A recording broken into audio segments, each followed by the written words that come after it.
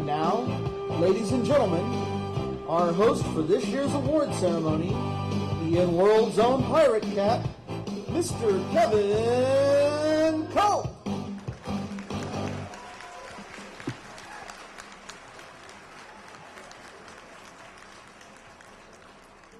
On behalf of Russell Morrissey and Denise Robinson and the staff of ENnies, welcome to the 2010 GenCon ENnie Awards.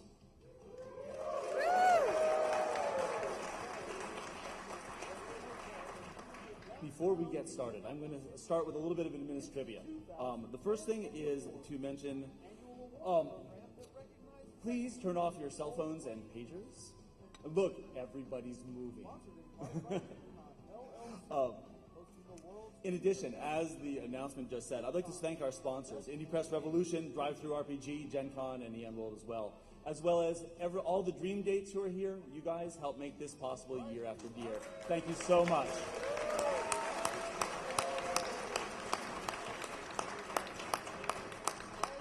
And just to be clear, anyone who outbids me on the silent auction items, I plan to ban later. Well, perhaps not. Yeah, I know. I'm such a slacker. So now that that is gone, I would like to introduce Denise Robinson, our business manager, who will say a few words.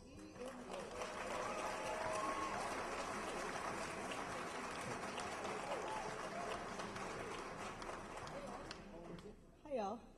How cool is it that, we came from an online ceremony and then right next to the hot Italian beef stand, and then the sweaty room half the size with the broken water pipes. I don't know, I think it sort of says something about how far gaming has to come too, and it's kind of nice the way the ENnie Awards have evolved with gaming, from starting off with D&D and D20 and then just exploding from there. And it's always so awesome to see such a variety of publishers and fans, because really it is about the fans. But I will, since I have all the publishers here, I'll just mention, please give us your stuff for next year by Saturday night so we can get it into the judges' boxes, because some of them might be leaving Sunday. And it'd be nice for them to go home with a big stack of heavy books and pay for that on their flight so you don't pay for it later. Once again, I have to thank the silent auction donors who get harassed every year in the dealer hall.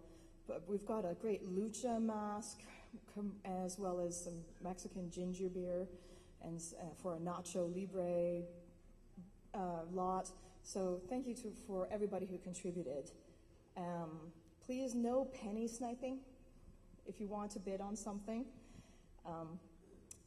at least make it $1. We're going to be closing down the auctions at 9:30, so after intermission. But yeah, don't be a dick and penny snipe somebody at the last moment.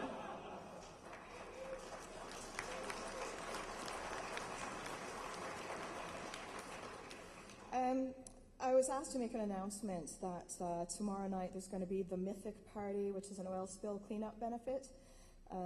Keith Baker's going to be running a game. There's a silent auction, so keep your eyes open for that, and hopefully you can participate. Because nobody has anything else to do on a Saturday night White Wolf party. So yeah, very excited that everybody here is here representing such a strata of gaming community. This is my 6th and last year running the awards. No, it's cool though, because I'm not so vain as to think that somebody else could possibly do better than me. It's possible. So Tony Law, who's the fine gent in the kilt, he's going to be taking over next year, and I've been mentoring him this year, which meant he did all the work and I got to look good for it. Nice. Anyhow, thank you so much for coming. I'm going to try to make this short because there's supposed to be somebody in here after us. But first, I do have to introduce a man who really knows where his towel is, Mr. Dave Stebbins.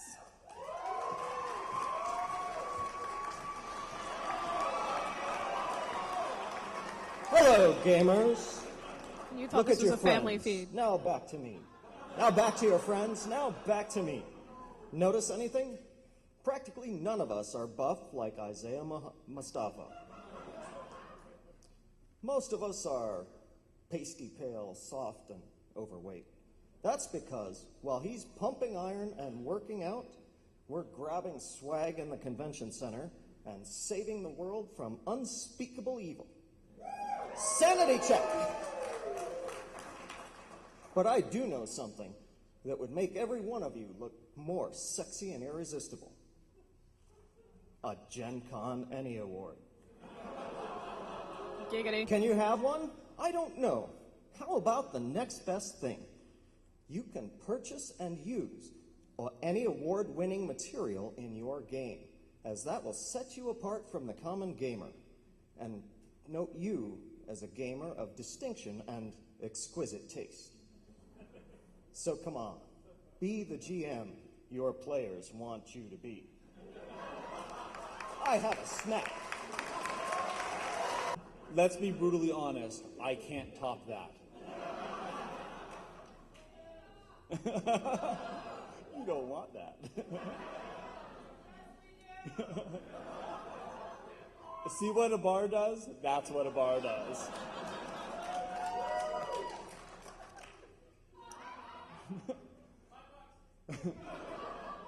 Meet me afterwards. Okay, all right. When I think of gaming, what I think of is sitting around at my friend Ken's porch table, usually in the dark after his father was yelling at us to go to hell home and stop gaming, killing monsters and talking about the things that we love most. This is like a really big porch full of people who love the industry and who love gaming. I'm lucky enough that I'm still in touch and very close with my high school gaming friends. I was honored enough that this past year, one of my friends, in fact my friend Ken, whose porch we used to spend time on, asked me to officiate his wedding. And we were at the bachelor party, and what he said is, okay, for my bachelor party, here's what I want. We're all going to get together again, and we're going to go, and his mom still has the same table, which is kind of sad.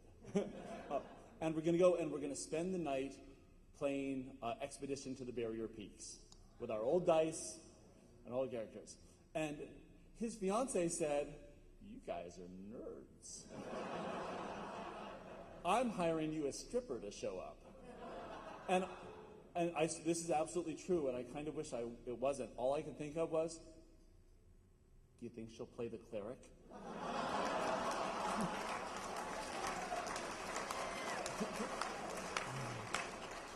And really, I think that says something about me. So, no stripper here tonight, except for Dave. Let me welcome you again to the 2010 ENnies. As Denise said, we've come a long way from the online ceremony with Gary Gygax, the first year we did this, or from the classic hot Italian beef presentation in a hallway, next to the sort of unfortunately placed vending cart. We're all growing up a bit. Our own kids, our friends' kids, are becoming gamers themselves. So, as we go on tonight, let's see what sort of amazing things you guys have created for them this year, and let's see what you've given us. First, a little bit of background and some logistics. This year, I am told, and I was not a judge this year, that the number of books went up to 235 different products that the judges had to read and evaluate. This is 24 more than last year. You poor bastards. In addition, each judge listened to roughly 45 hours of podcasts as well. Again, I have so much free time. It's glorious. Well, it's a trade-off, right? Because this is the best way to find out exactly what kind of fantastic things have come out. The job of the judges, and I'm sure there's some folks here who aren't familiar with how the ENnies work. And what happens is that we, during the previous year's voting, we elect judges for the upcoming year. And right after the intermission tonight, we'll tell you who the judges are going to be for this coming year. Those people get books, all of your books, lots and lots of books, and they read them all, and they catalog them, and they categorize them, and they go through them. And they do their best to pick out the 5 best products in each category. That is, I know from experience, really, really difficult. Then they sit there and they bash heads and they narrow all their lists down to master lists. Those lists are then the official nominations. Those are opened up for voting to the internet for 10 days, with the fans who get a chance to decide for themselves which are the most popular. And while in many ways it's the companies that can muster the strongest fan bases who end up taking home the silver or the gold, as well as the ones who, of course, have fantastic products. Being nominated is our way of saying, you guys stand head and shoulders above, these are the things which we really want people to see. These are the products we want people to play and to buy. And thank you guys for making those.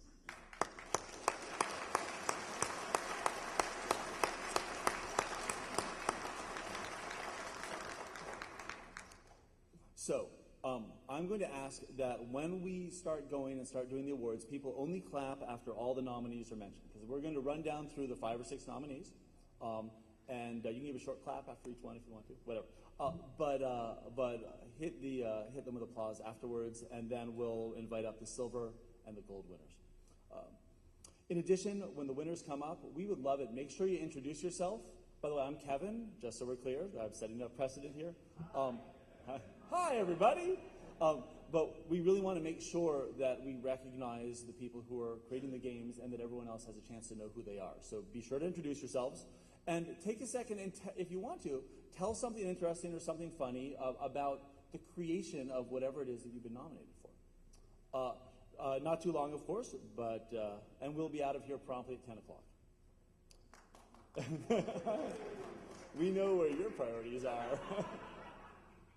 All right, fantastic. So with that, let's start. And I would like to start by talking about something. I mentioned a second the whole concept of sort of creating new gamers and giving back to the society. I did the math, and the average D&D party fights roughly about 1,300 different monsters between 1st and 20th level, more or less. There's a giant bloodbath strewn behind them as they trot through the world. But I've got to say, we have sort of a large and spread out and fractured community, and it takes special kind of people to rally our community to save people instead. On January 12th, 2010, a magnitude 7.0 earthquake hit Haiti. And with 230,000 people dead, 300,000 people injured, roughly 1 million people homeless, Drive-Thru RPG organized, conceived, set up the program to let people get PDFs in exchange for donating money to Haiti. A huge number of publishers donated their PDFs to that cause. And if you're here, can you give yourselves a round of applause, please?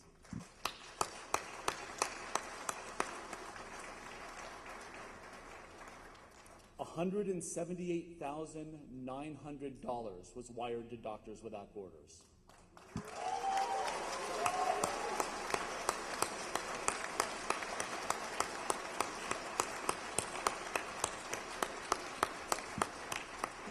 Doctors Without Borders treated over 3,000 people in the first 4 days, over 11,000 in the first 20 days, with over 1,300 surgeries. And the money which was sent from all of us and from Drive-Thru RPG was used to rebuild supplies and expand their operations. And I'd like to invite the staff of Drive-Thru RPG and Steve Wick up to accept a special award, please.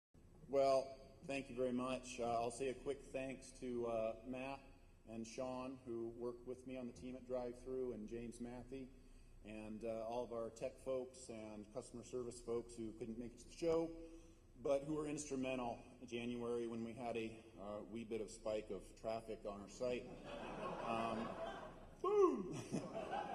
Trying to keep everything going, trying to keep the hamsters running. But really, I think all of us at Drive-Thru feel like this award isn't really us. This is an award that goes out to the whole gaming community.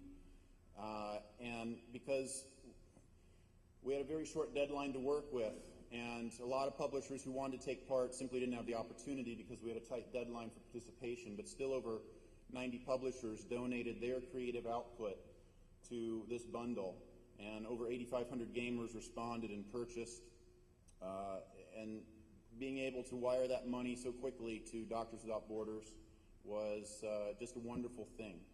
I just received the 6-month report from DWB, and they continue to work very hard in Haiti, making not just a short-term crisis solution there, but working long-term to create medical facilities, to rebuild the medical infrastructure in Haiti, to provide clean drinking water there, and to know that as a gaming community, we all rose up, worked together, and are going to make a very long-term, lasting difference in so many thousands of lives there.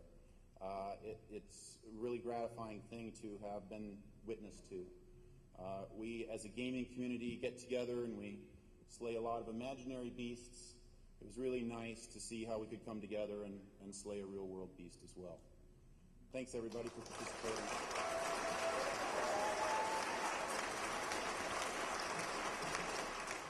I know this is going to come as a shock, but I have kind of a special affection for the Best Website Award.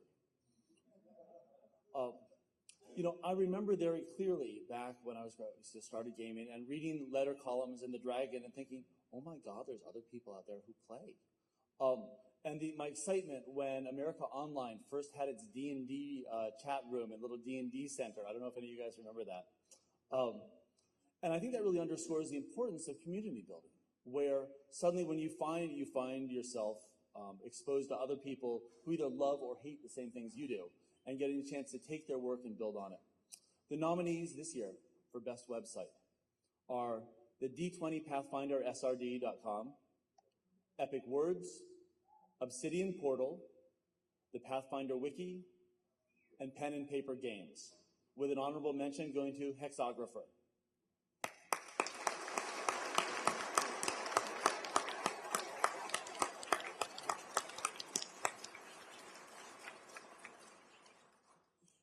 And the Silver ENnie for Best Website goes to D20PathfinderSRD.com. Thanks.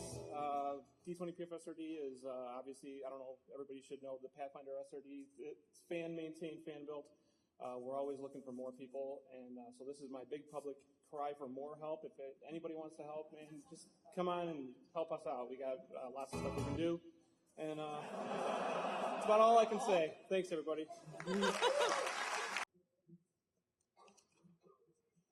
And the Gold ENnie for Best Website goes to Obsidian Portal. Nice.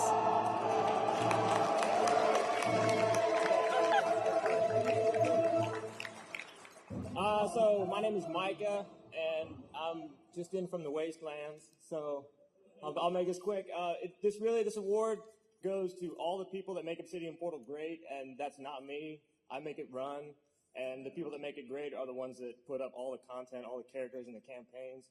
And they do all the real work, and I even point to their stuff instead of my own. People say, give me an example of a good Obsidian Portal campaign, and I say, well, don't look at mine, because mine's terrible. So I really do want to thank all the users, because without them, I would have quit a long time ago, but they wouldn't let me, and so that's where we are now. So thanks to everybody, and thank you. Back around the aforementioned porch table, we used to sit there and look at our player's handbook and be like, I wonder what Gary Gygax is like. Like, what would it be like to hear his voice or to talk to Dave Arneson? And one of the things I love about podcasts is the amount of access that we now have, me being the gamers as opposed to the publishers, to the people who create the games is astonishing. I mean, you guys have access to yourselves. You just talk to yourselves at breakfast in the morning. But for all of your fans, it's a little trickier. Being able to hear your voices, being able to hear what you think as you create these things. As you introduce new products on podcasts, podcasts are responsible for building a huge amount of rapport and excitement as new products come out. The candidates for Best Podcast are All Games Considered, Atomic Array, the NewbieDM.com minicast, Open Design, and Power Source, with an honorable mention for the Gamers Haven podcast.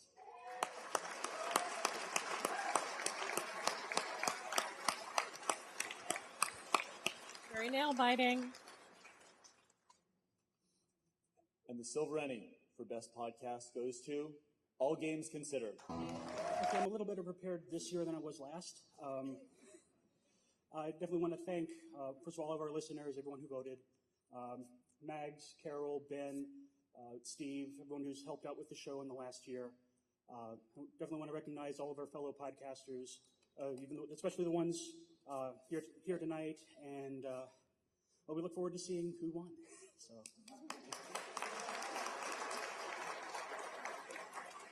And I just want to say that I think that we have a great community of podcasters and game designers and people in the industry who will talk with us, who will share. And I definitely want to thank my husband, Steve. I love you, baby. I just want to thank the members of the RPG Buffet, one of our more popular segments on the podcast. A lot of them couldn't be here today, but they contributed in a big way, both with their regular segments and otherwise. So thanks. I love giving awards to podcasters. They have the best voices. The gold ENnie for best podcast goes to Atomic Array. Well, as it says on the site, this is games that will blow your mind. So this is for you guys because you make the games we talk about. We can't do this without you. But in particular, I want to thank Chris Perrin from Cannon Puncture Show, first show I ever listened to, and Paul Tevis, because his show got me through my first deployment in Iraq. So you guys are special. And then I want to thank Rome, and I'm going to shut up because he likes to talk more. You know, thanks. I'm really loud. Thanks to all the games for giving us access, for giving us free copies. I had to build a new wall unit that goes across an entire guest bedroom. And it's really been wonderful, and the listeners have been wonderful. Some of our content, we run contests where we give games away, and we have people call up and answer pretty creatively challenging questions, and we've got just a bunch of storytellers and narrators who join our show and become a part of it. And I did not prepare any kind of speech because I didn't even think I would win, so this is kind of shocking, and I'm going to go sit down now. Thank you, everyone. Best blog is a new category, and I think very much a needed one. What gaming blogs do is they give us really freaking smart people giving us access to really incredible fan tools for our games. Content, new rules, opinions, reviews.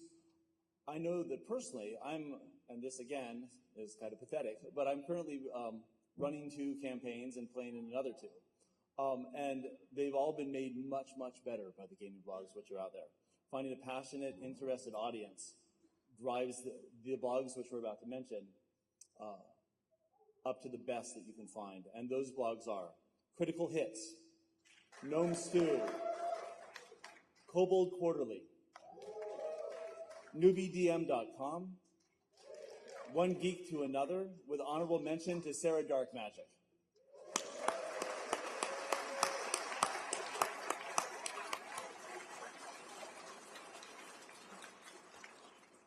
And the silver ENnie for best blog goes to Gnome Stew. Thank you. I'll follow Rome by saying I also didn't prepare anything, and I'm not a speech guy. Really just thank you to all our readers. We've been doing this for 2 years. We probably wouldn't be doing it without readers.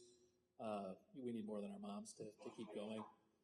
And I'd like to apologize to our wives because our egos are going to be enormous after tonight. If anybody else wants to add. Keep running good games. Thank you. And a brief reminder to make sure you introduce yourselves so everybody can glory in your presence. Right? Glory, presence. Yeah. And the gold ENnie for best blog goes to Kobold Quarterly. My head swole up immediately. Well, this is fantastic. We have had a great time with Kobold Quarterly for a couple of years now. And I do say we because my partner and conspirator on the site can't be here tonight. That's Scott Gable. My name, since I was asked to introduce myself, is Wolfgang Bauer, and I am the Kobold-in-Chief of Kobold Quarterly magazine. And the website was just a fun thing we were doing when we weren't putting together the next issue. And like so many things in this field, it spun completely out of control. Thank you to all of our writers, all of our contributors, all of our interviews, Colin McComb for telling us his story about spying on Gary Gygax at GenCon. It's stories like that that make the blog popular, and I'm just grateful that people share their monsters and their creations. Thanks for the votes. Thanks for your attention. Thank you. For the 3 art awards, I'd like to bring up a guest presenter. And that would be Stan Brown or Stan! You need the exclamation point. I checked, it isn't technically one of the clicks that you hear in Africa. Not saying. Stan Brown is the creative director of Super Genius Games and the creator of the weekly webcomic 10 by 10 Foot Toon. Stan. Hi, everyone. I'm Stan.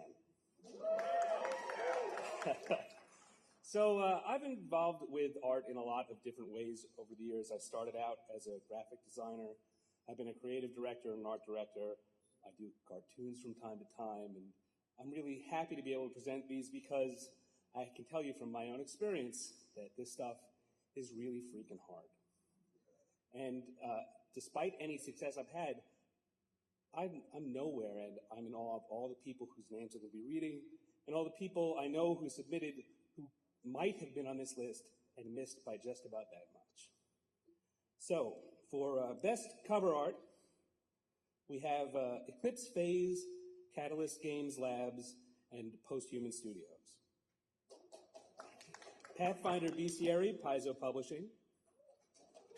Rogue Trader Core Rulebook, Fantasy Flight Games. Trail of Cthulhu, Rough Magics, Pelgrane Press. Warhammer Fantasy Roleplay, The Gathering Storm, Fantasy Flight Games. And an honorable mention to Star Wars, The Unknown Regions, Wizards of the Coast. And the Silver ENnie for Best Cover Art goes to Eclipse Phase, Catalyst Games Labs. The cover artist for this was Stefan Martinier. I'm Rob Boyle, by the way. Stefan's an amazing artist. He's a Hugo Award-winning artist. Does lots of sci-fi novel covers. He did excellent with this piece. So we're thrilled to have him do the art for us. So thank you very much. Thanks. And the gold ENnie for Best Cover Art goes to Pathfinder Bestiary. Paizo Publishing. Okay, I'm Eric Mona. I'm the publisher of Paizo, and I had very little to do with this cover other than to say, you know, Wayne Reynolds' covers seem to sell well. Let's get him to do all of them. I want to thank Sarah Robinson, our hardworking art director, in a company that is filled with people who work harder than almost anyone I've ever met. She may very well work the hardest. Unfortunately, Sarah couldn't be here tonight because she's sitting right there and she doesn't want to come up on stage. So thank you, Sarah.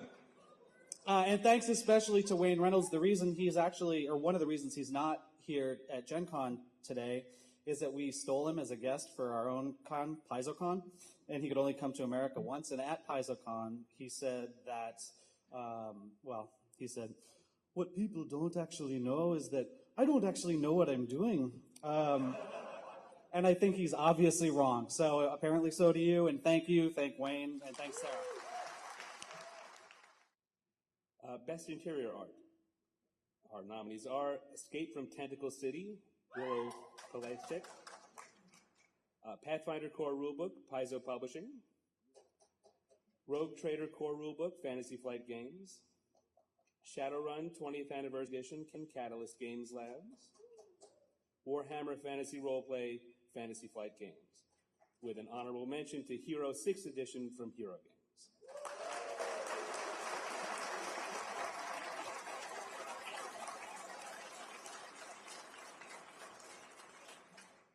And the Silver ENnie for Best Interior Art goes to Shadowrun 20th Anniversary Edition, Catalyst Games Labs. You gotta have some fun with this. The fact that Shadowrun is 20 years old and still winning awards is pretty awesome, considering how young I was when I ran in to buy it for the first day. obviously the interior art, Mike Valancourt, if you're here somewhere, I can't see from the lights. He was the art director on this, did a fantastic job on it. And if the graphic layout helped at all, again, Adam Jury did that as well and did a great job as well. So thank you very much. Appreciate it. And the gold ENnie for Best Interior Art goes to Pathfinder Core Rulebook. Hello again. There's so many awesome pieces of art in the Pathfinder Core Rulebook that I can hardly believe it, and I certainly cannot remember the names of everyone who contributed. Among the luminaries, we had, of course, Wayne Reynolds, who did great design of all of our iconic characters that really sort of defined the look of Pathfinder brand as a whole. And we had Steve Prescott did a lot of large pieces in there, and Jason Engel did a bunch of stuff, and a whole bunch of people did a whole bunch of stuff. The person who probably did the most is sitting right there, Sarah Robinson, our hardworking art director. Thank you, Sarah. Thank you, everybody. Thanks. Best Cartography. Nominees are Aces and Eights, Judas Crossing, Kenzer and Company. Dungeon of Terror Virtual Box Set, 01 Games. Maps of Mastery, Swamp Caves, Maps of Mastery. Pathfinder City Map Folio, Paizo Publishing. Revenge of the Giants, Wizards of the Coast, with an honorable mention going to Death Frost Doom, Lamentation of the Flame Princess.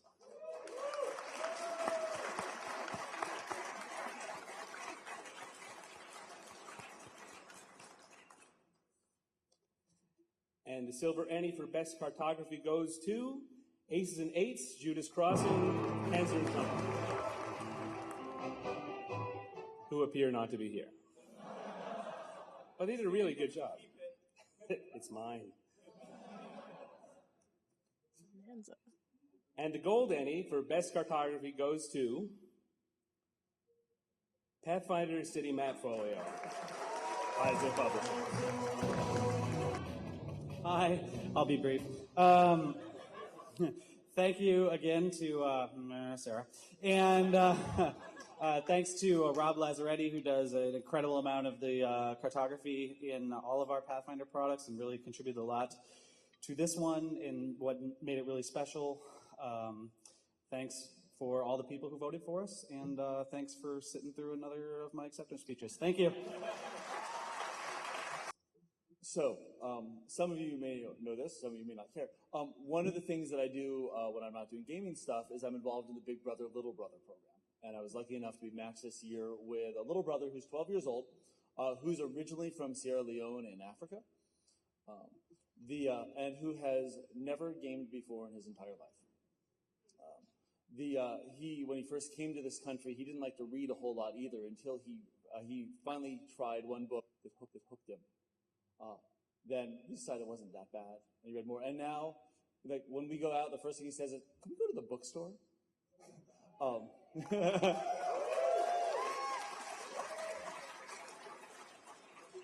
This becomes relevant because, despite the fact he never gamed before, he was over at my house a couple weeks ago, and he saw I had, and I won't say which book, but I had a core rule book for a particular game out, a very glossy, beautiful book, and he looked and he goes, "What's that?" And I told him, he goes, "Can we play?" Production values catch the eye. Books that are beautiful in some ways are instrumental in bringing in new players, which is one of the things that we're going to need to do in order to keep pushing our hobby forward. So the candidates for Best Production Value for the 2010 ENnies are Eclipse Phase from Catalyst Game Labs and Posthuman Studios. The Pathfinder Core Rulebook from Paizo Publishing. Rogue Trader Core Rulebook from Fantasy Flight Games. Shadowrun 20th Anniversary Edition from Catalyst Game Labs. And Warhammer Fantasy Roleplay from Fantasy Flight Games, with an honorable mention for Mysteries of the Hollow Earth, Exile Game Studios. And the silver ENnie for Best Production Value goes to Shadowrun 20th Anniversary Edition, Catalyst Game Labs.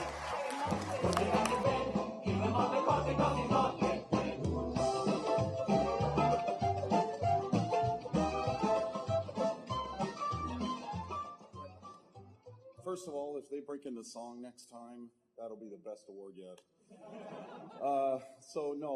Best production value, again, we strive really hard to put together good books, and Ab and I had have spent many years putting together some pretty massive big tomes.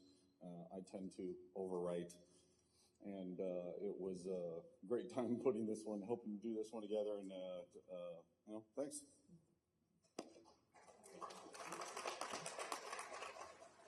Thank goodness you didn't ask me to add like 1,200 words to one page at the last minute. Those are the Battletech books.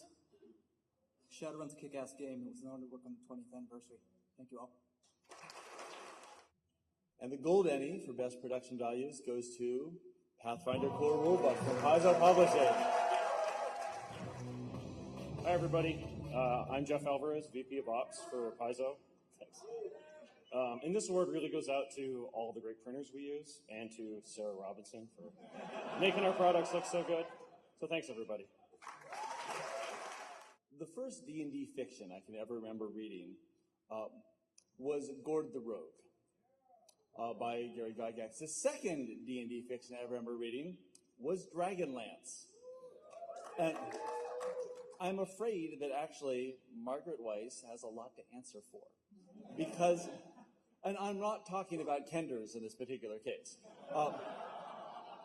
After Dragonlance came out, in the game I played in at the time, our characters went to hell, where we totally killed Tiamat. And all we wanted were pet dragons to ride. I blame Margaret. And as a result, I would like to invite her up, please, to present the award for Best Writing. Hi. This is my 26th GenCon. Wow, very cool. What was I thinking? They have asked me to say a few wise words of advice to aspiring writers, which, by the way, you know when you're getting old when they ask you to say wise words of advice. So I will give you aspiring writers the advice that I was given many, many years ago by an author. Keep reading, keep writing, and keep your day job. That's good advice.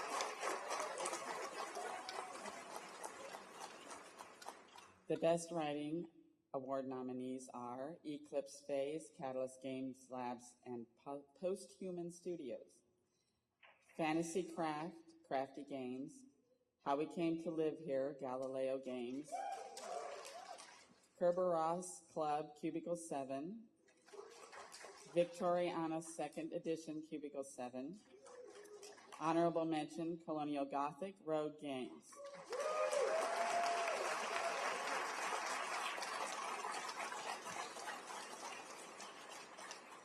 And the Silver ENnie for Best Writing goes to Victoriana 2nd Edition, Cubicle 7. I suppose I'll introduce Andy, the lead writer on Victoriana 2nd Edition. I did the editing, and in the process I made Andy cry. Yeah. So I'm sorry, Andy. Yes, so Victoriana was one of the first things we had for Cubicle 7, and we delivered a series of chapters that I've been writing and going over. And the first thing was the introductory fiction, which was one I'd done. And I sent it over to Dom as the first thing to edit. And Dom thought, this is the first thing I'm editing. I'm going to do it properly. And I got it back, and it had swathes of corrections. And I had to go and cry. But it made it better, and that's what was important with the whole process.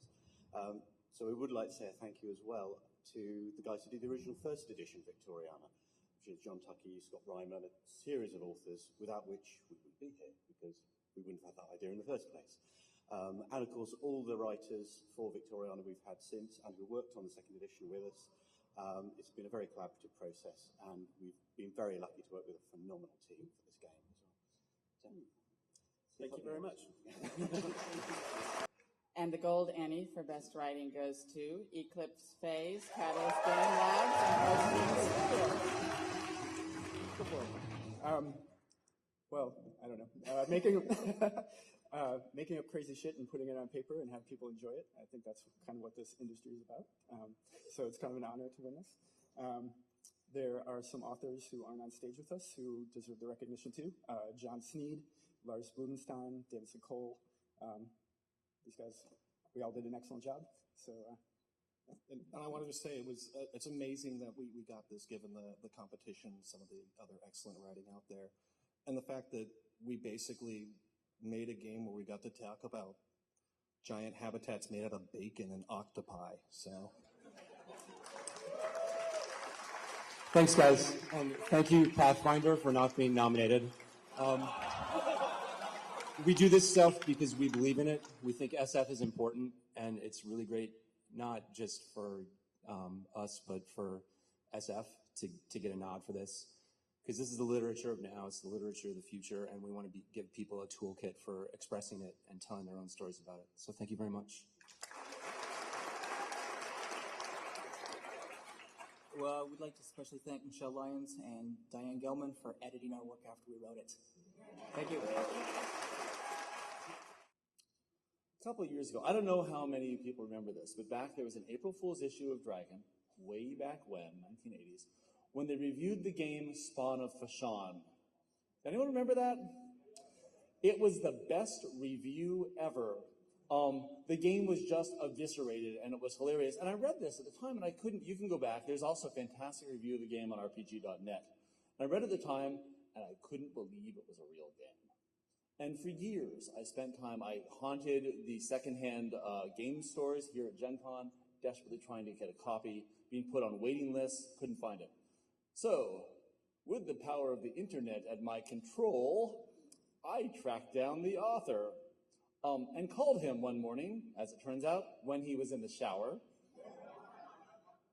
to ask him if he was still selling the game. He had a webpage and an email address. I wasn't completely stalking him, but he hadn't answered it. And so I thought, well, I can find his number. And he said, "You want what?"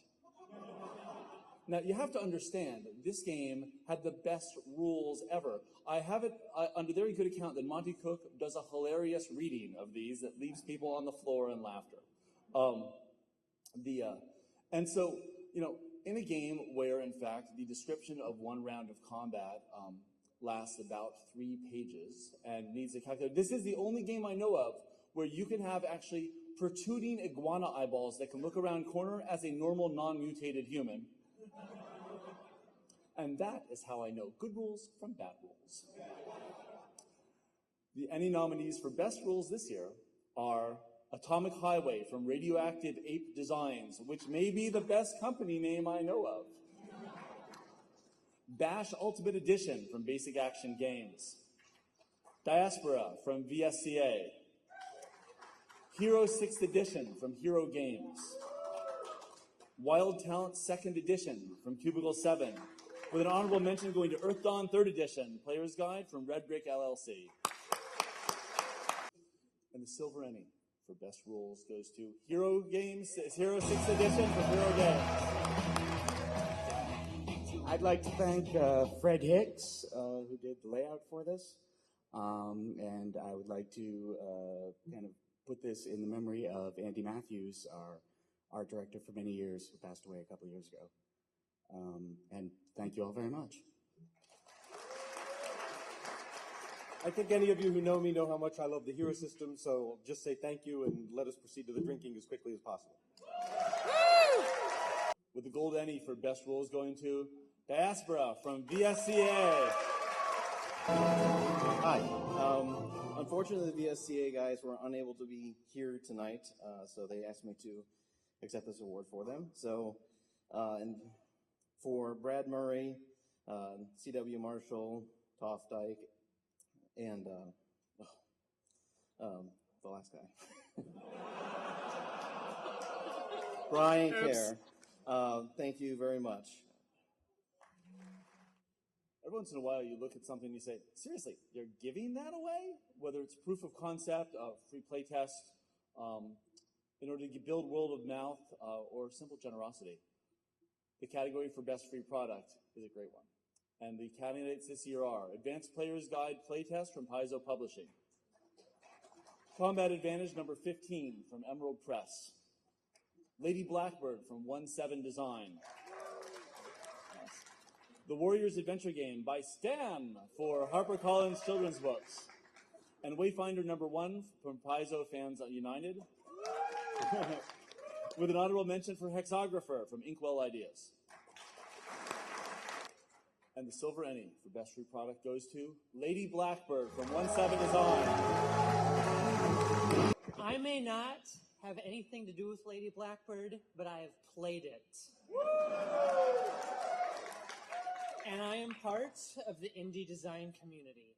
And I think that the most important thing about this award is that when 90% of the gamers play 10% of the games, one of the games that's in the other 90% still gets recognized by the community at large. And also, the designer's staying in the same hotel as me. And the gold ENnie for best free product goes to the Advanced Player's Guide from Paizo Publishing. Hi there, everybody. I'm Jason Bowman. I'm the lead designer for Paizo Publishing. And first, I want to take a moment to thank James LaFon Sutter for writing our intro music to bring us all up here on stage. Thank you. The Advanced Player's Guide playtest was really an exciting process. We had a lot of fans download our document and give our rules a nice big try and a nice shake. I also want to make sure to thank James Jacobs and Sean K. Reynolds, who helped produce this particular PDF, and the web team that put it up, and Sarah, who designed it. Made it look great. Thank you, Sarah. Yeah, all of the fans who made this product great, and it released here at the show to great success. So thanks a lot. Printing is a risk. Distributors, warehousing, marketing costs. And I think that for a long time, for many decades, this kept a lot of people who had real talent from actually having their work seen by anybody. E-publishing is breaking down those barriers. And when you find e-publishing that still has quality art, fantastic writing, superb rules, that's what we want to recognize today. The candidates for the best electronic book are The Great City Player's Guide from 01 Games, Heroes of the Jade Oath beta from Wright Publishing, To Kill or Not to Kill, that is the question, from Wright Publishing.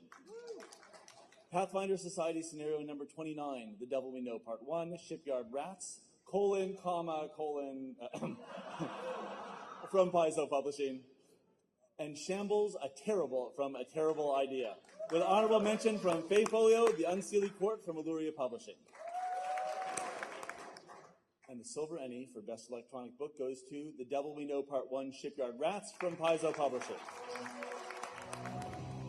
Hi, everybody.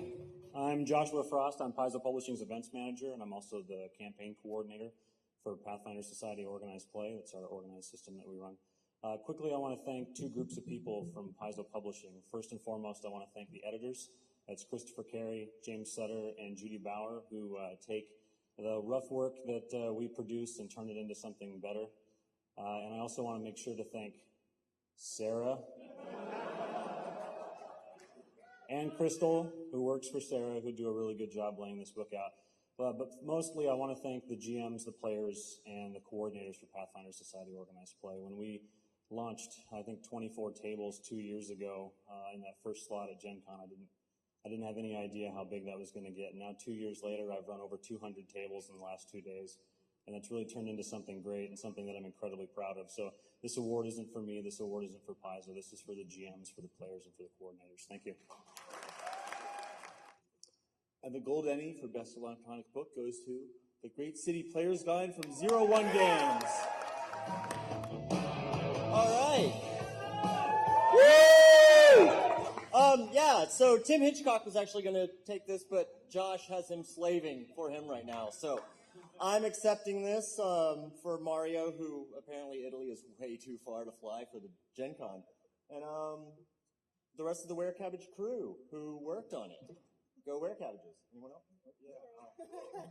Yeah, a couple of years ago, I was actually brought back into RPG writing and playing because of Paizo. They pulled me out of 10 years of just being away from gaming and get caught up in life. And that didn't work out, so I went back to gaming. And from the Paizo boards, I was initiated based on just putting my idea online. I was pulled into a writers group called the Where Cabbages, and I was the 7th person in. And there's 41 people in there now, and they're just an amazing group of writers. And Tim Hitchcock has been one of our house mamas, and he's given us a lot of work, and we've produced these collaborative works where we get to help each other out and sort of self-edit each other. And I think all of us have learned so much. We went from mediocre to, well, we got an ENnie.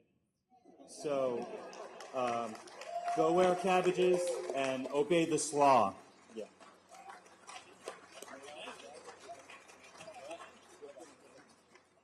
Just real quick, I'm John Ling, and at the risk of being overly schmaltzy, I want to thank my wife because I spend hours on the weekend doing my writing work, and she puts up with it, so thank you. Hello, everybody. It is my great pleasure to introduce the 2011 ENnie judges. This year we had the most people I've ever seen run at 14 people.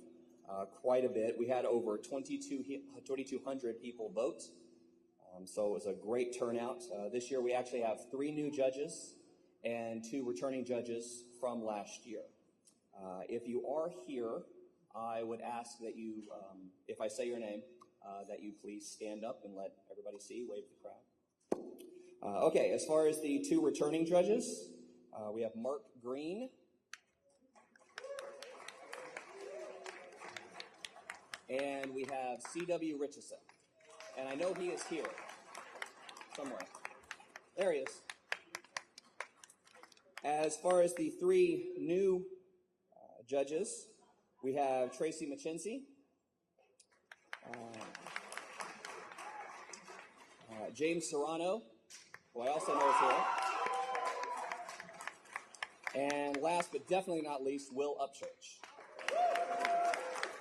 who I don't know if he's here. So congratulations to everybody, and thank you very much. And now I would like to invite up 2 of our current judges to award the Judges Spotlight Award. If Jay Peters and Christopher Richardson could come up, please. Hi guys, I'm Jay Peters. And I'm C.W. Richardson. The Spotlight Award really calls attention to some products that the judges thought were particularly interesting in one aspect or another, but didn't quite make any of the categories. Today we would like to share our picks and also those of the 3 judges who can't be here. You'll have to forgive us, we are reading off a piece of text, but what they have to say is actually pretty worthwhile. Jeremy would like to say, I went with the most important criteria I could think of, fun at my game table. To that end, I've decided to recognize Fiasco from Bully Pulpit Games.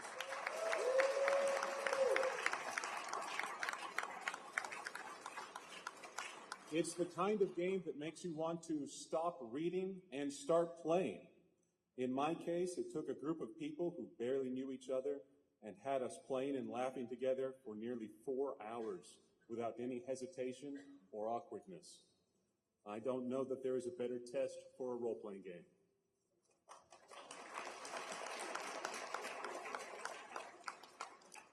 Now, Mark Green couldn't be here today, and he sent an email saying, given the continued popularity of the 3.5 OGL, I've chosen to highlight Trailblazer by Bad Axe Games.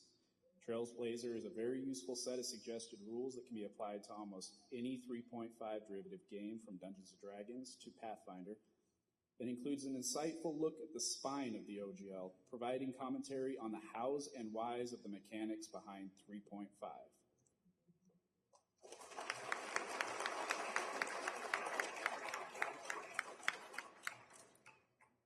Megan writes, I've chosen Chronica Feudalus because it is a delightful conceit, a group of medieval monks playing a game of imagination in the monastery cellars. From the forward to the end, here is a translation of the original document written by one of the monks, laying out the concepts and the rules for their imaginings. Even the illustrations and covers serve to maintain the illusion. I can just imagine finding this tucked behind a cupboard somewhere in a monastic library.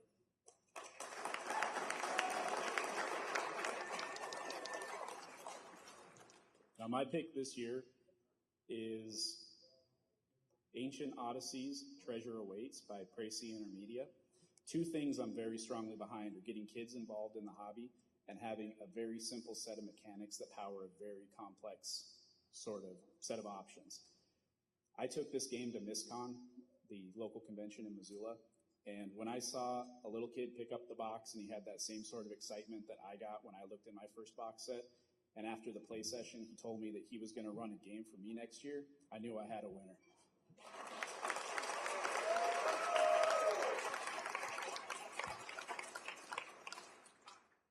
I'd like to call attention to a product that did something I found to be very interesting. It took the action adventure of 70s and 80s science fiction, and it combined it with the more modern trend towards transhumanism in science fiction. This product is Mindjammer, supplement for Star Blazer Adventures. And it does a wonderful job of showing how you can take a system that has many tools given to the GM and build something very wonderful with that. All the people who have the games that JNCW just met, come on up. We've got certificates and medals for you. Thank God there's lights here. I can't see all these faces staring at me. That's great. Mindjammer was the project which was spent about 10 years coming together. And the Star Blazer Adventures rules were just perfect for doing something really quite different with science fiction role-playing. It allows you to really take standard role-playing and push the envelope a little bit, which we try to do with Mindjammer. I'm completely unprepared for this, as you can tell, and they're absolutely delighted. Thanks very much. Hi, I'm Jeremy Keller. This award means a lot to me that, I guess Chronica isn't a game that necessarily wins popularity contests. It really appeals to individuals. So that an individual judge picked it really means a lot to me. So thank you, Megan, very much for that. And I want to thank my editor and my artist, Trent Miguel, to help me make this game and get it out there. So thank you very much, everybody. I'm Ryan Macklin. I'm accepting on behalf of Jason Morningstar and the folks over Bully Pulpit for Fiasco. I was really touched by what was said, and someone else who loves Fiasco. It's just nice to see an award from someone who loves the game in that genre and everything like that, to people who love the game and the genre for everything like that. And that's really what the ENnies are about here, is from one love to another. Thank you. I've been known to say that one of my favorite superhero games is Mutants and Masterminds, partially because I can pretty much run it as a GM without ever opening a book or needing a piece of paper in front of me, except during character creations. And that's when Hero Labs come in.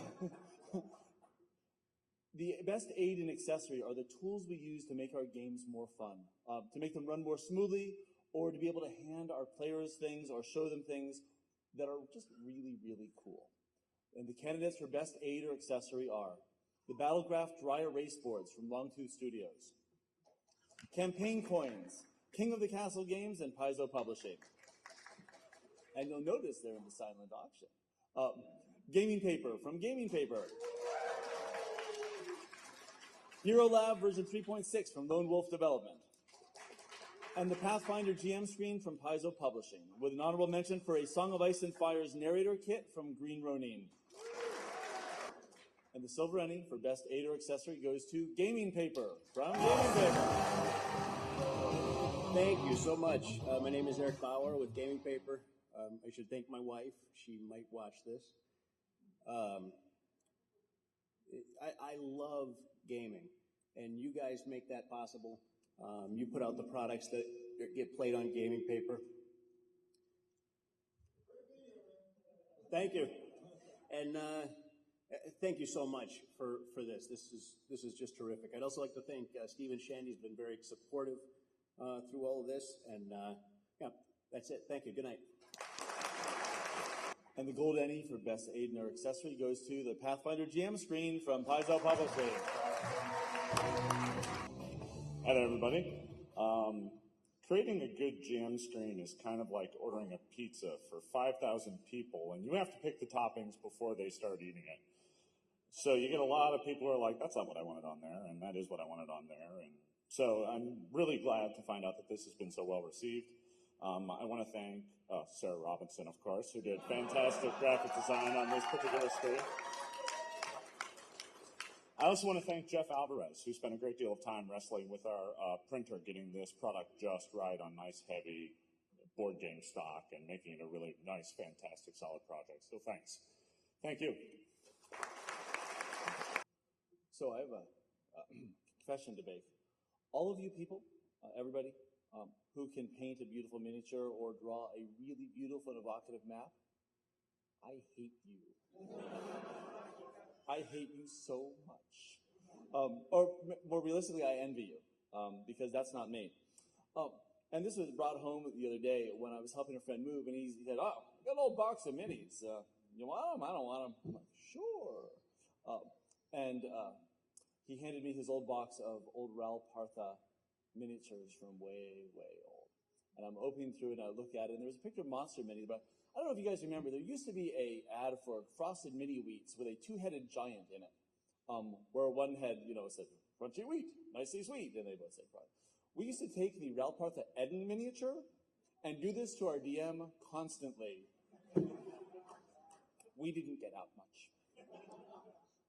Things aren't much better now. The products for, shut up, the products for Best Miniature are Alchemy Minis from Kraken Editions, D&D Minis from Wizards of the Coast, The Fortress of Redemption from Games Workshop, Gaming Paper from Gaming Paper, Maps of Mastery Swamp Caves from Maps of Mastery, with an honorable mention for Battlegraph Dry Erase Boards from Longtooth Studios. And the Silver ENnie for Best Miniatures product goes to Gaming Paper from Gaming Paper.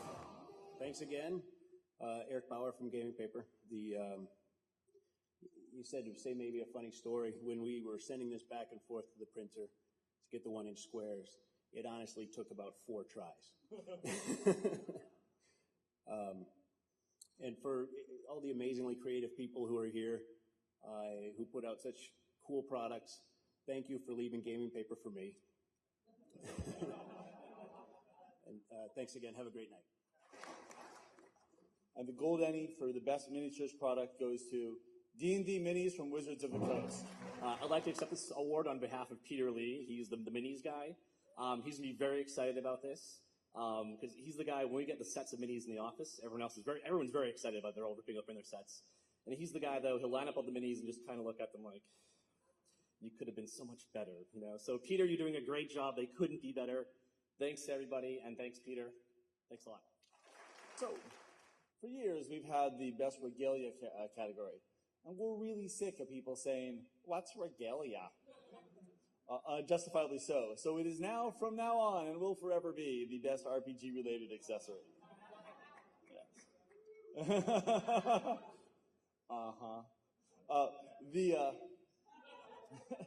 And, the best way of this sort of relating what this category is we were hanging out at a friend's house recently, and somebody was making a Lovecraft joke. I think they were like, Hasper, Hasper, Hasper.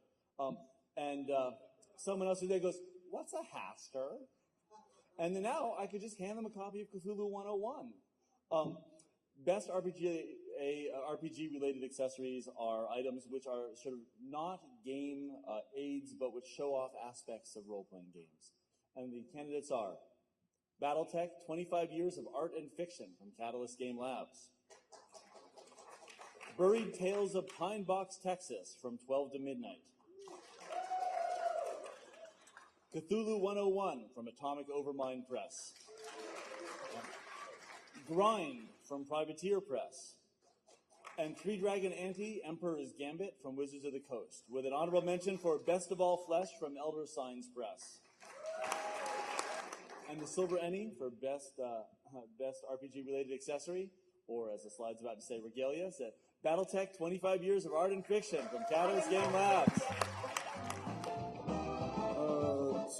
First of all, I want to thank the judges for the fact that for 3 years now, even though this is mostly RPG-related awards, I've managed to find a way to sneak in a Battletech product to win an award again, so I appreciate that.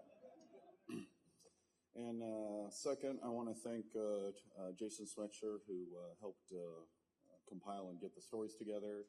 I want to especially thank Matt Heert, who not only was the person who did the graphic layout in this and really made it look good, but also was my partner in crime as we dug back into the archives to find 25 years worth of art to put in this, and only to find out that the box of films and all the files were totally missing. So several months of endless scanning of books and working those scans over to make them look good. He did a great job on that. So thank you for everyone who voted. Thanks. And the gold ENnie for best regalia goes to Cthulhu 101 from Atomic Over Minecraft. Well, I'm stunned. Are you stunned? I'm kind of stunned. Yeah, that's pretty cool, I have to say. I'd like to thank everybody who got nominated in the category because it was a great slate of nominees, and we had a hell of a lot of fun putting the book together. Special thanks to Drew Poza, who did the wonderful art for it, and John Kovalik for doing our intro, and I will defer to the man with the silver tongue. I'm Kenneth Haidt. I wrote Cthulhu 101. I'd like to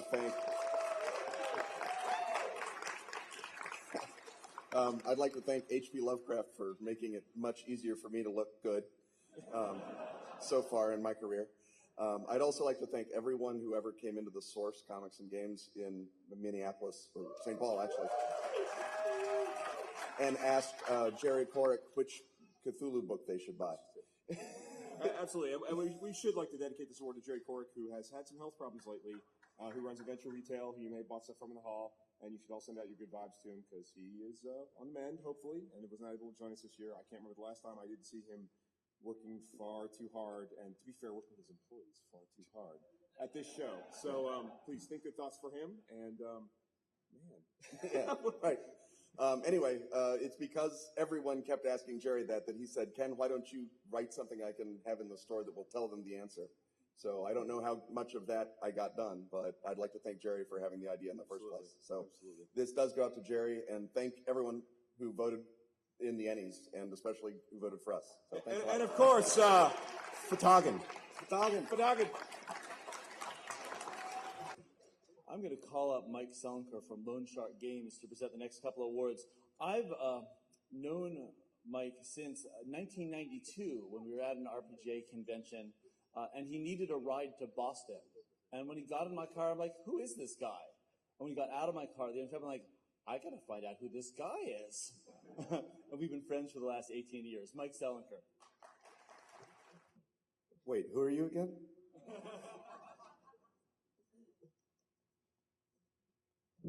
So, I have in my hand a book. It's not Encyclopedia Magica #1. I'm sorry. It is The Bones. It's a book you'll be seeing a lot the next year, I expect. It is a book about dice.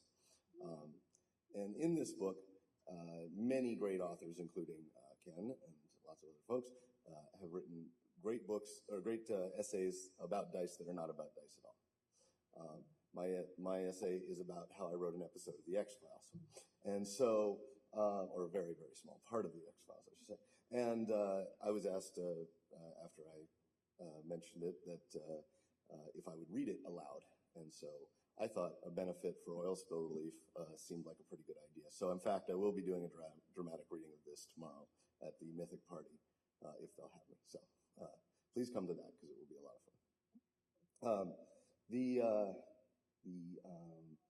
Best aid, I'm sorry, I'm doing it right, sorry. Best adventure is the next category. The nominees are The Grinding Gear, Lamentations of the Flame Princess, Pathfinder AP 31, Stolen Land by Paizo Publishing, A Song of Ice and Fire, Peril at King's Landing by Green Ronin, Trail of Cthulhu, The Armitage Files by Pelgrane Press, Warhammer Fantasy Roleplay, The Gathering Storm by Fantasy Flight Games, and an honorable mention for Trail of Cthulhu, Shadows over Filmland by Pelgrane Press. And the silver ENnie for Best Adventure goes to Trail of Cthulhu, The Armitage Files by Pelgrane Press. Hey everybody, I'm Robin D. Laws. I wrote The Armitage Files. When you do something a little different in a gaming product, sometimes you release it into the world and it goes, and nobody notices it. And it's really gratifying to get this award for this product, which is a improvised campaign that allows you to create your own Masks of Nyarlathotep 2010 through an improvised play style based on player handouts. So I'd like to acknowledge, first of all, Pelgrane publisher Simon Rogers, Sarah Root, who did the incredibly brilliant, creepy player handouts that follow the insanity of the character as he slowly goes insane, and Jerome Huguenin, who did the always fabulous art. Thanks, everybody. And the gold ENnie for Best Adventure goes to Pathfinder 31, Stolen Land. Oh, boy. I'm James Jacobs. I'm the creative director for Paizo Publishing, and my head is pre-swollen already, so these never fit. So, Tim Hitchcock wrote Stolen Land, and as we've already established, we've got him slaving away in the salt mines. He's running the special for the Pathfinder Society. So I'm here to accept this award on his behalf, and it's kind of exciting that he got this award. We asked him to do this adventure kind of like at the last minute, and we said, Tim, can you write 35,000 words of adventure by end of the month? And he said, sure. So he did. I'd also like to thank Ed Greenwood, who was kind of like a behind-the-scenes helper on this whole thing. He came up with a lot of the initial bad guys and did a lot of monsters for the entire Kingmaker arc. And I'd also like to thank all of the people at EN World and our message boards Paizo, because they kind of dared us to do something like this, to step away from the path and do an actual sandbox type adventure. So thanks for everybody. By the way, I forgot to mention to my dear friend Sarah Robinson, the surest way to shut Eric Mona up is to beat him to the stage. The next category I'm going to present is Best Monster or Adversary. I'll tell a little story here. The last month, we ran a very family-friendly event called the Renton River Days Duck Hunt, which was a scavenger hunt for lots of giant rubber ducks scattered all over the city in which Wizards of the Coast is housed. Wizards decided to make something gorgeous called Indigo the Dragon Duck, which was a rubber duck that had been turned into a blue dragon. And so they had lots of followers on the Dungeons & Dragons forum. But I had some questions about how Wizards would play in a family-friendly event like this. So they certainly stepped to the fore in the prize donations, delivering things from Star Wars and magic, and of course an Orcus Prince of Undeath, which is a giant monster that terrified anybody who looked at it, which I thought was awesome. And so when it came time to draw the prizes, I gave the prize to somebody named David Newman. I went to his house to give it to him. It turned out he was a 12-year-old boy. And we handed him this box, and there was this giant Orcus in it, right? And his parents were standing over him like, what did you get, little David? And the best part of this story, it ends with, and they thought it was totally cool.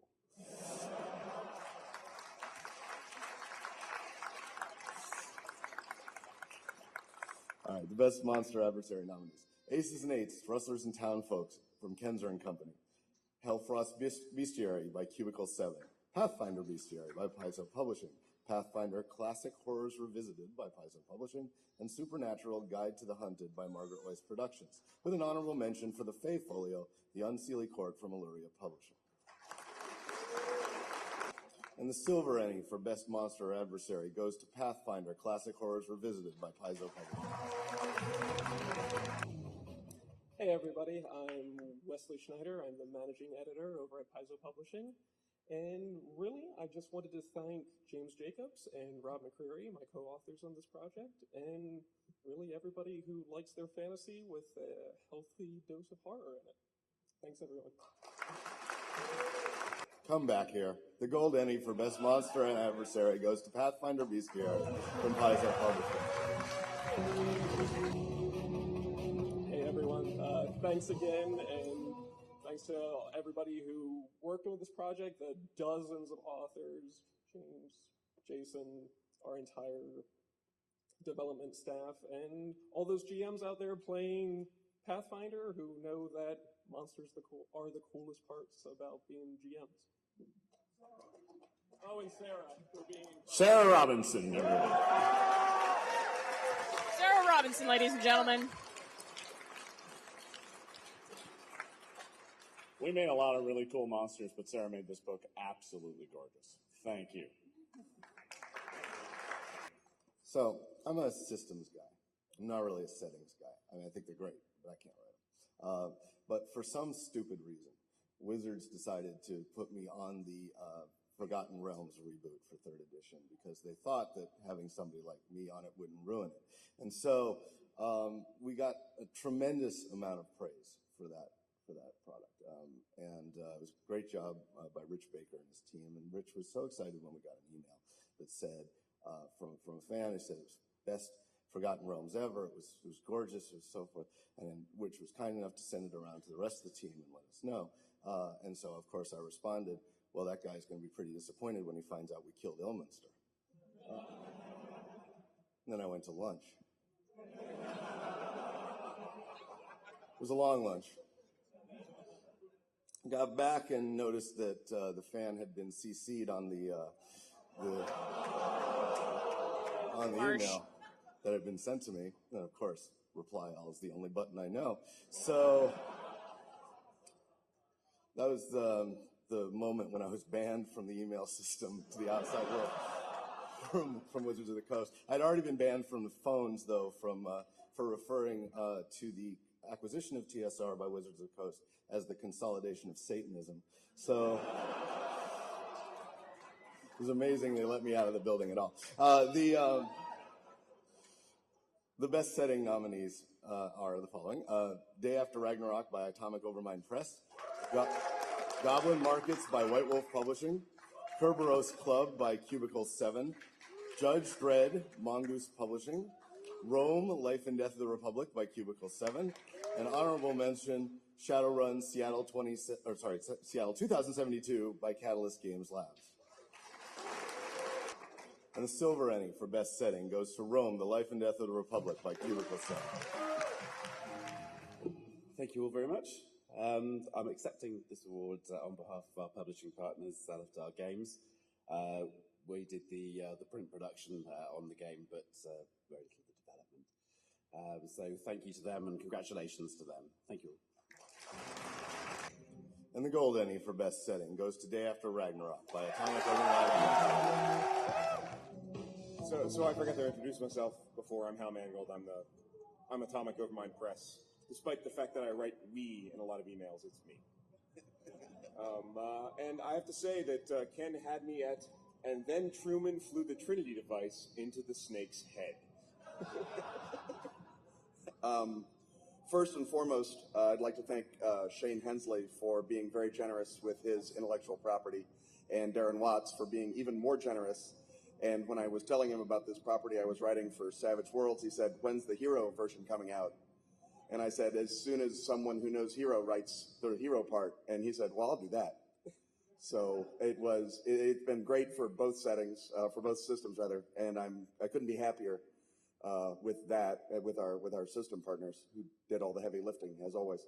But I do believe that setting design is the thing that the designer owes the person who buys the game. That if they did a bad setting, that's really all on them. If the story sucks, you can blame the GM. If the characters are lame, you can blame the players. If the setting's no good, that's my fault.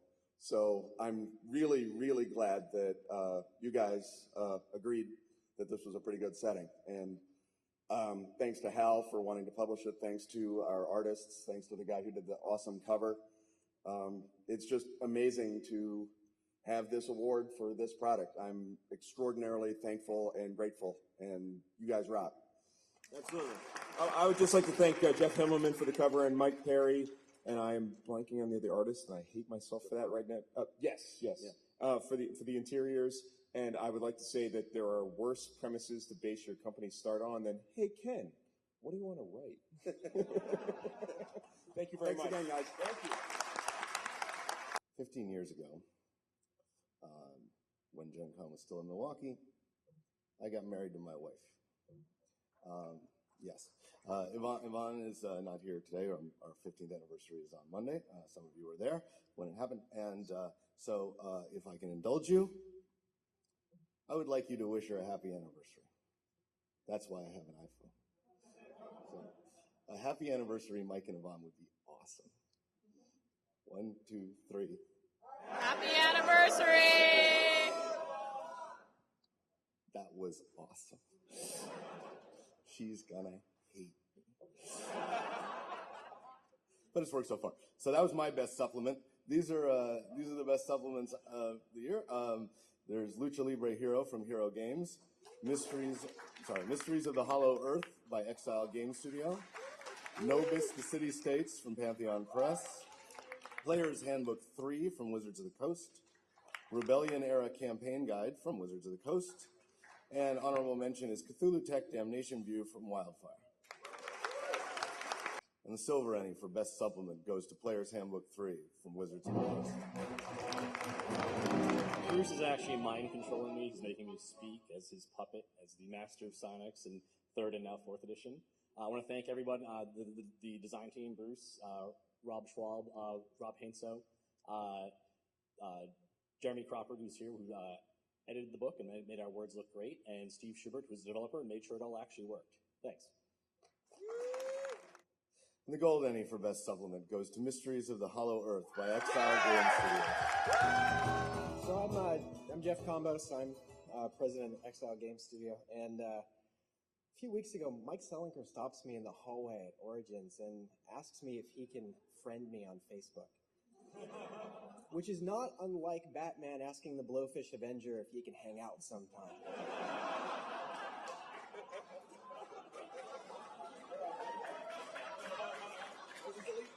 So Mike, I'm taking your request under advisement. In the last 5 years, no Exile product, no Hollow Earth product would have been possible without the support of 2 key people.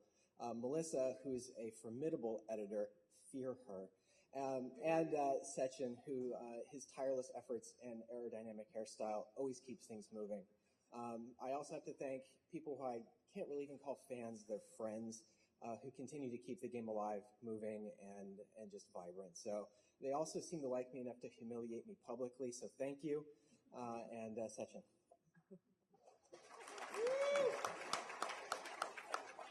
Well, you know, a lot of people now know that Superman wears Chuck Norris pajamas, but not many people know that Chuck Norris wears Jeff Combos pajamas. So, well, there's Jeff ran down the list, but there's one person I still really have to thank, and that's my lovely wife, Katie, who forgave her husband, who spent many, many hours every week being lost in the Hollow Earth. So thank you, Katie. And thank everybody else. Thank you. So the last few awards are going to be presented by Monty Cook, and there's a little story I want to tell you about it. The first time I made it out to Wizards of the Coast, Jeff Quick had managed to weasel me into a D&D game. This is back when we were play testing the 3rd edition of D&D. And somebody during the D&D game cast the spell Identify, and Monty kind of scowled. He said, "That's not how it works." And somebody goes, "Yes, it is. I just read it in the book." He goes, "That's not how it's going to work tomorrow."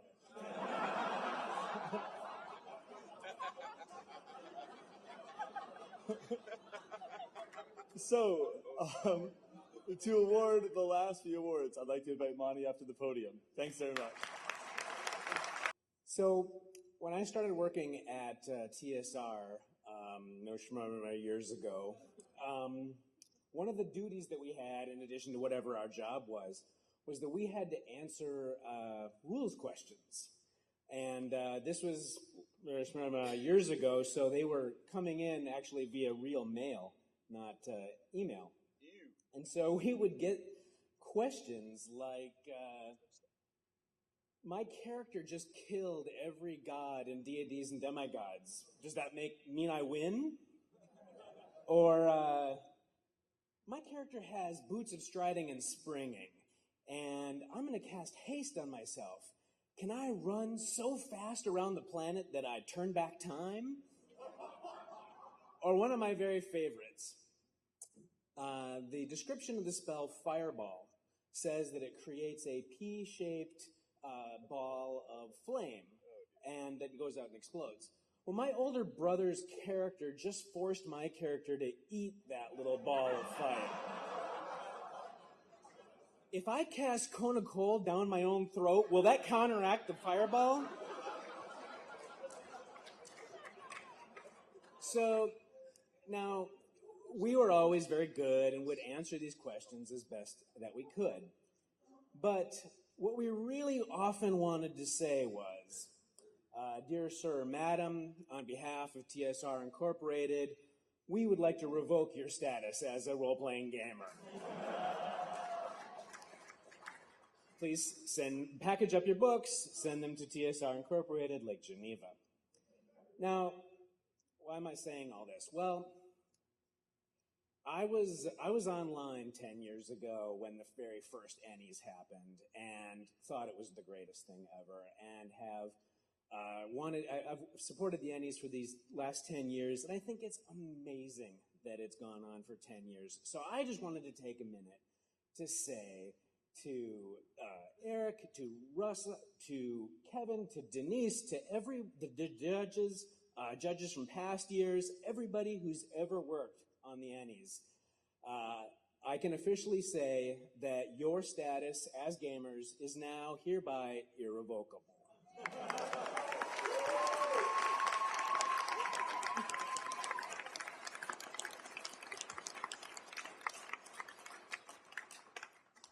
So when Gary Gygax and Dave Arneson got together and created Dungeons & Dragons, they didn't just create a new game. They created a whole new type of game, a whole new category of games.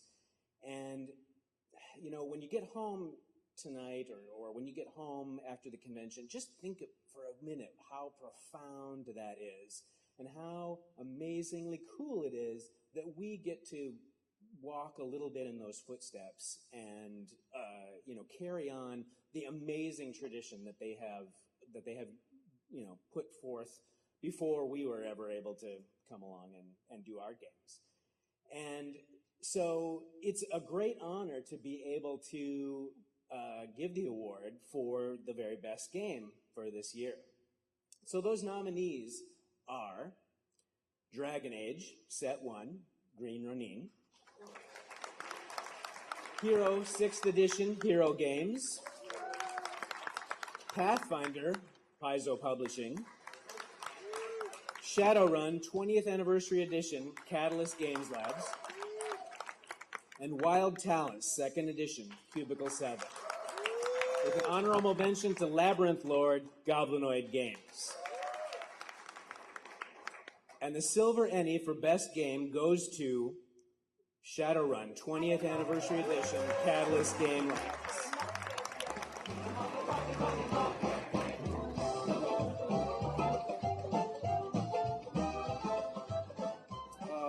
Without a doubt, this goes out to all the fans. 20 years of, you know, shooting people in the face for money. All of you fans out there that voted, you're all fantastic. Thank you for the ride, and we hope to see you for the next 20 years. Thanks. And the gold ENnie for Best Game goes to Pathfinder from Paizo Publishing.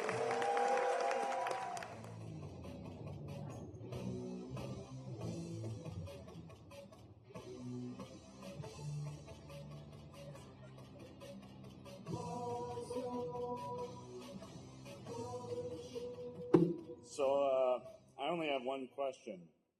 Monty, I never got an answer about that Fireball Cone of Cold issue.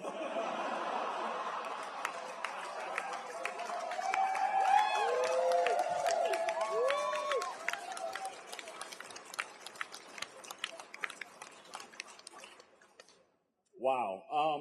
This game has been a labor of love for mine for a number of years, and came out here at GenCon last year. And literally everyone at Paizo had their hands on this in one way, shape, or form from beginning to end, making this game a success.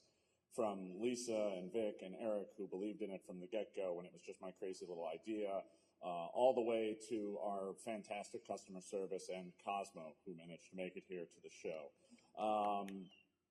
Yeah, so, you know, and Eric and James and Wes and Sutter and Chris and everybody involved, and of course, Sarah Robinson, everyone. who made this game absolutely beautiful. Thank you so much. Thank you for everyone who voted, and thank you, Ennies. Thank you. So every time I come to GenCon or get ready to go to GenCon, I ask all my friends, what's the cool thing? What's the thing that I've really got to go track down that's come out this year? And while there's always lots and lots of great things that come out, I mean, this room full of people produces a lot of amazing products every year. But there's always a couple that really stand out. And you might call that Product of the Year. Nominees for Product of the Year are Doctor Who, Cubicle 7, Dragon Age Set 1, Green Ronin, Eclipse Phase, Catalyst Games Labs and Posthuman Studios, Geist the Sin Eaters, White Wolf Publishing, Kerberos Club, Cubicle 7, Pathfinder, Paizo Publishing. There's a lot of these. Rome, Life and Death of the Republic, Cubicle 7. Shadowrun, 20th Anniversary Edition, Catalyst Game Labs. Warhammer Fantasy Roleplay, Fantasy Flight Games. And Wild Talents, 2nd Edition, Cubicle 7. With 2 honorable mentions, Fantasy Craft from Crafty Games and Savage Suzerain from Cubicle 7. And the Silver ENnie for Product of the Year goes to Eclipse Phase, Catalyst Games Labs, Posthuman Studios. Well, I really didn't expect that. But thanks. What the hell just happened?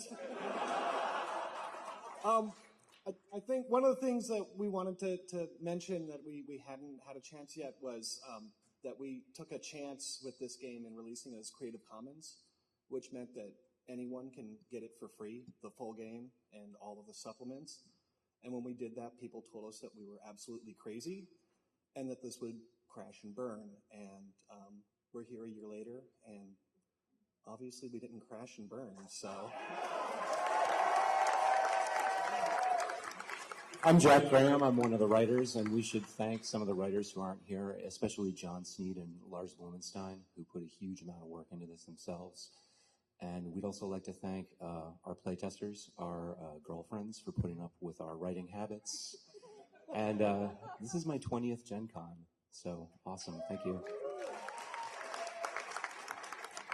Just again, I'd like to thank our editors for tying everything so nicely together, and to Sarah Robinson. Thank you.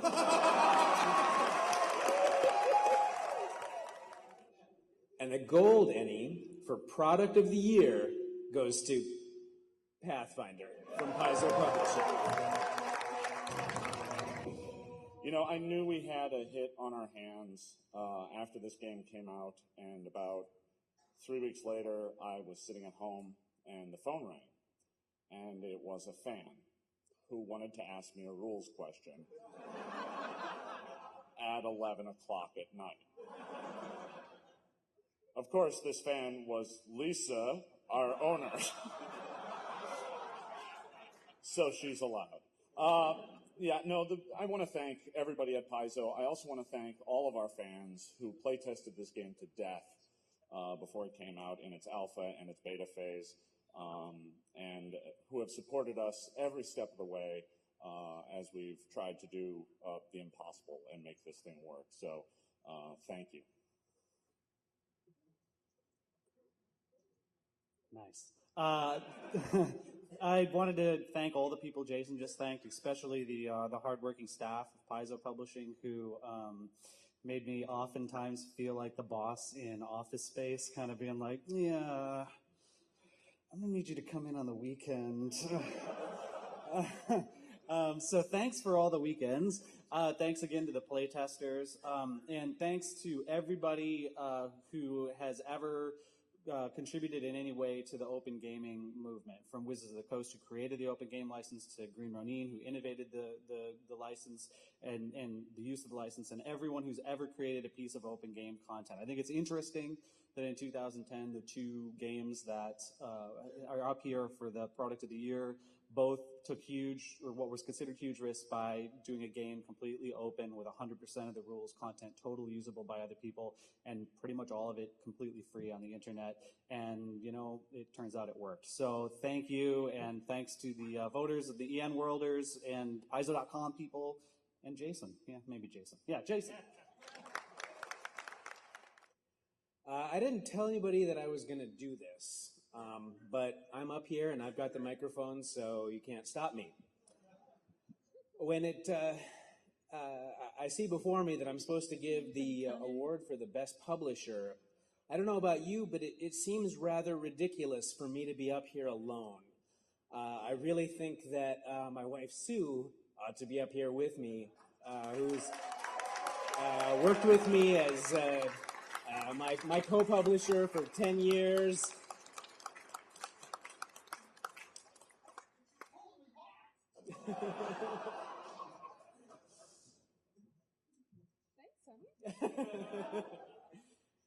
All right, well, the nominees for Best Publisher are a whole bunch of companies, and I've been asked not to read them all.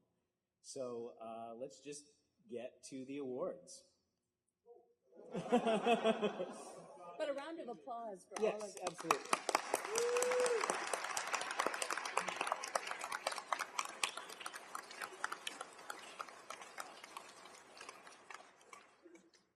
Okay, the Silver ENnie for the Fan Award for Best Publisher tonight goes to Fantasy Flight Games.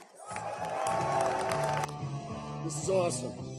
I'm Jay Little. I'm one of the senior designers, along here with Ross Watson and Michael Hurley. We're key parts of the role-playing design and development at Fantasy Flight Games. And I got to say, I got one of the best jobs in the world.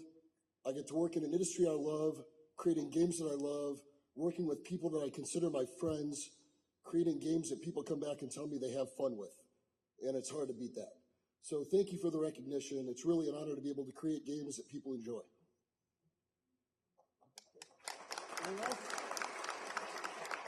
Then I guess that's it.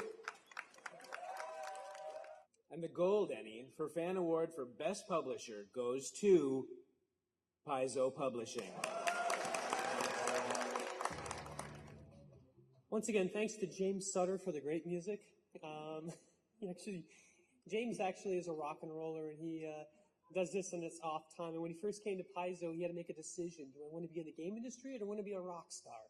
And he chose to be in the game industry, but he still caters to his rock inner god.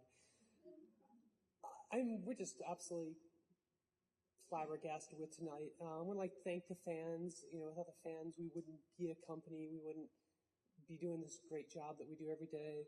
I have the best staff I've ever worked with. This is my 23rd year in the game industry, 28th GenCon. It's amazing to see these guys working so hard and the product they put out. And I just sit up in my office and just enjoy it all. And so thank you, everybody, for this award. It really means a lot.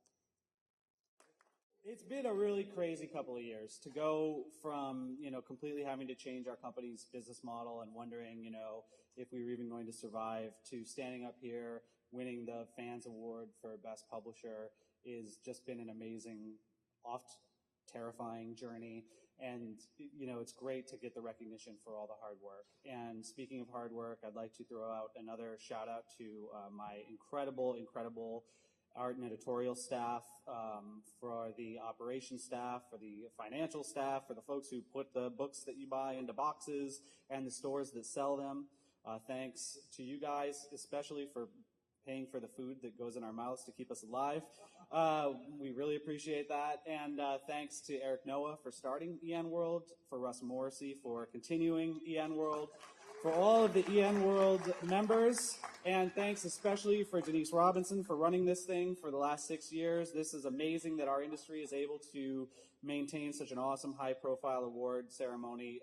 Many of you in this audience know, probably better than everybody else, that the game industry, if all you're going for recognition, if all that keeps you alive is the money that I just talked about, you probably don't eat very well. And so the recognition is really, really great. And thank you so much, and we really appreciate it. So thanks.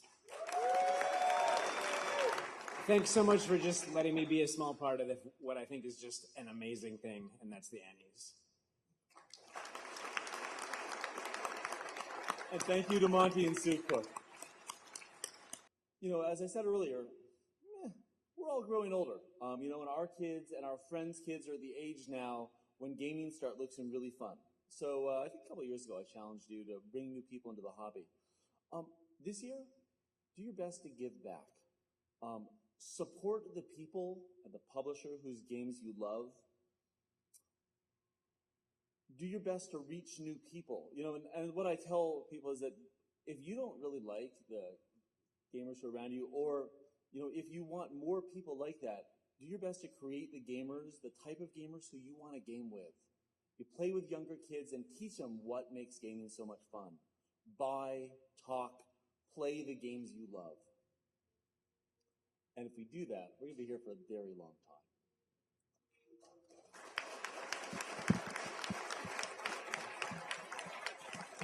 Thanks. And just as we're closing, I wanted to say how awesome it was that during a particularly quiet moment, I saw somebody making characters in the back row. I love it. And if I could get the Gelflings and Duncan up, I'd like to point out that okay, so this is only my 9th GenCon. My first one was the last year was Milwaukee, and a product the girls and I worked on, portable hole full of beer, actually beat out Wizards of the Coast. So my first GenCon, my first ENnie, and 6 years ago I started running it, and of course I had to drag my children in with me because we're sort of a family affair, and they were as tall as Duncan is right now. And you probably remember there's photos of trying to get medals over Eric's neck or Monty's neck. And I just love that we've got this sense of continuity, got the next generation in. That said, thank you.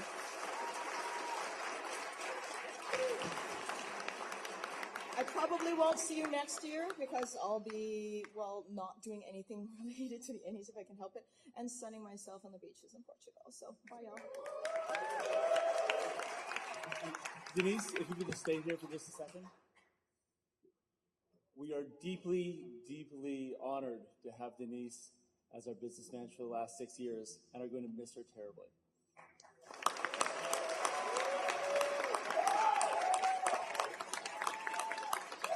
She is such a huge part of making the ENnies what it's become.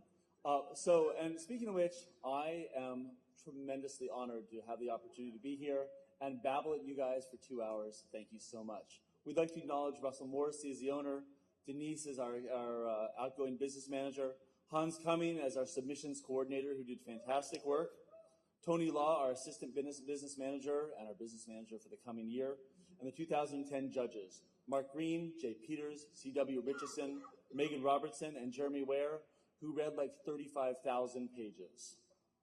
Our Dream Date participants, our silent auction bidders, our ENnie booth volunteers, and our guest presenters, Mike Selenker, Stan, Monty Cook, and Margaret Weiss. Thank you guys all so much.